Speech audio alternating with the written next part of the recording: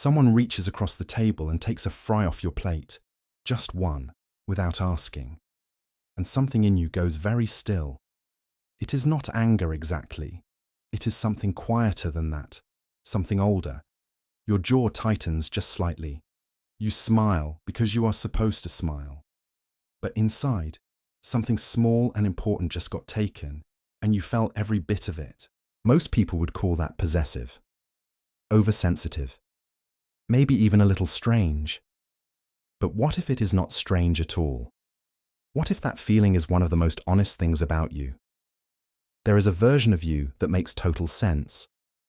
And by the end of this, you might finally understand why you are the way you are, in a way that nobody has ever actually explained to you before. Here is what is true. The way you feel about your food has nothing to do with being selfish. It has nothing to do with being rude or cold or difficult. Your brain is not broken. You are not a bad person for feeling what you feel when someone reaches for something that is yours. There is a real reason this happens. A quiet, intelligent reason that most people never stop long enough to find. You are not alone in this. More people feel exactly what you feel than would ever admit it. And the fact that you are even sitting with this question right now says something real about how honestly you see yourself. Something will make sense by the end of this that never quite did before. Picture a Sunday dinner when you were younger. Maybe a family kitchen, maybe a loud table, maybe a small apartment. Someone, a sibling, a parent, a cousin, reaches over and takes something off your plate without asking. Maybe they laugh. Maybe nobody notices. But you notice. You always notice.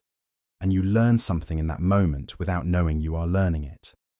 This is about what psychologists call identity preservation, not the clinical version, the real human version. The one that says, what is mine tells me something about who I am. When you have something that is yours, something small, something chosen, something you looked forward to, it holds a particular kind of meaning. It is a boundary around the self, not a wall. Just a quiet line that says, this is me, and this is mine. When that line gets crossed, even with something as small as a French fry, the feeling is disproportionate because it is not really about the fry. You already knew that. The fry is just where the signal lives. The feeling is about something much older, the sense that your choices deserve to be respected, that what you want matters, that you are allowed to have things that are fully, completely yours without explanation. Your brain was never being unreasonable. It was being exact. And somewhere along the way, it learned to protect that line because protecting it meant something. Now go back further. Not to the dinner table, but to what the dinner table taught you before you were old enough to name it. Think about what scarcity looked like in your house. Not necessarily financial scarcity, but emotional scarcity. The scarcity of attention, of being chosen, of having something that did not have to be shared or explained or justified. Maybe there were siblings and everything was split down the middle. Maybe what was yours had a way of becoming everyone's without your consent. Maybe nobody meant any harm. Most people never do. But you learned something deep in those years. You learned that if you did not hold on, things disappeared. If you did not guard what was yours quietly, it would be gone before you thought to reach for it. Psychologists call this an attachment pattern. The way early environments shape how you relate to ownership, safety, and the feeling of enough. And food is one of the most primal places this pattern lives, because food is the first thing we ever needed. The first thing we ever had to receive from someone else. Before language, before logic, before any of it, there was hunger. And there was whether that hunger got met. Your relationship to food is older than your memories, older than anything you were ever taught. It lives in a part of you that formed before you had words for any of it. And here is the part nobody ever tells you. This is not actually about food. It is not even really about ownership. What it is about is something far quieter, far more personal, and far more important than either of those things. It is about the feeling of anticipation, the pleasure of looking forward to something. That moment, when you ordered, when you chose, when you decided what today would taste like, that moment mattered to you. It was a small, private joy, a tiny, harmless thing you were giving yourself. And when someone reaches in without asking, they are not just taking food. They are interrupting that moment.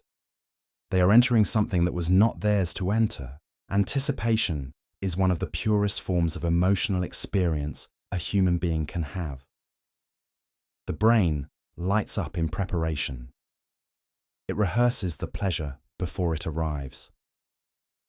And when that rehearsal gets cut short, when the thing you were quietly looking forward to gets casually consumed without even a thought, something in you grieves it, briefly, quietly, but genuinely. Most people never understand why this particular feeling is so sharp. Now you do. It is not about generosity or selfishness. It is about the interruption of something that was wholly and entirely yours. You have felt this differently at every stage of your life. As a child, you probably did not have language for it. You just held your plate a little closer. You ate faster than you needed to.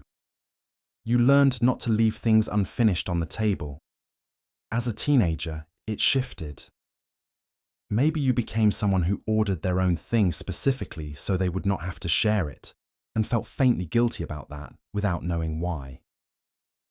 As a young adult, maybe you found yourself annoyed at a partner or friend who grazed from your meal without asking and could not explain why it bothered you more than it seemed to bother anyone else.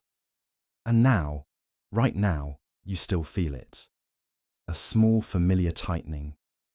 A feeling you have mostly learned to manage and quietly absorb, but it is still there. Unchanged. Patient. That is not a flaw in you. That is the same part of you that has always known what it needed.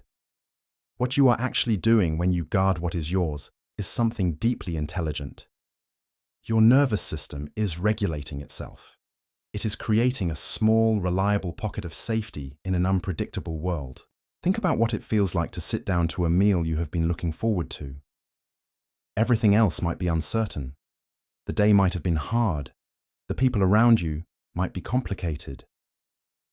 But this one thing, you know exactly what it is going to be. You chose it. You are in control of it. It is yours. That meal is an anchor in moving water. It holds steady when other things do not. And the moment someone reaches for it without asking, the anchor shifts, the ground moves, and your body registers that the way it registers everything that feels like loss with a swift, instinctive resistance. This is not you being difficult. This is your mind doing exactly what minds are built to do. Finding the places where it can exhale. Finding the small, consistent things that stay where you left them. Food is one of those things. Yours specifically is one of those things. And your brain has learned to trust that, to rely on it, to quietly build safety around it. That is not something to be fixed. That is something to be understood. You have been carrying this quietly for a long time, and you have probably been told, in small ways and large ones, that it is a little too much, a little unreasonable, a little funny even, that something so small could matter to you the way it does. But the people who said that were not wrong to be confused.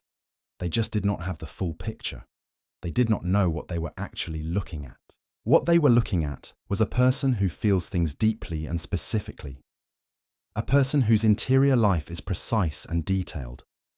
A person who finds meaning in small things, because small things are where most of the actual living happens. People who feel strongly about their food are, almost always, people who feel strongly about a great many things. They just do not always show it in ways the world thinks of as dramatic or important. The fact that you think this carefully about your own mind, that you paused on something as specific and personal as this, already tells you something true about who you are. People who carry this quietly are often the ones who feel everything the most completely.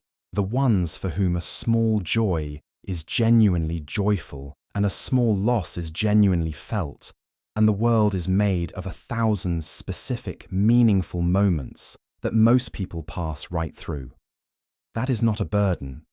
That is just how your mind was built. And there is nothing in that worth apologizing for. Some things about you are not problems waiting to be solved. Some of them are just the shape of who you are, formed carefully, over years, for reasons that made complete sense when they began. And sometimes the most quietly radical thing is simply to let yourself be understood.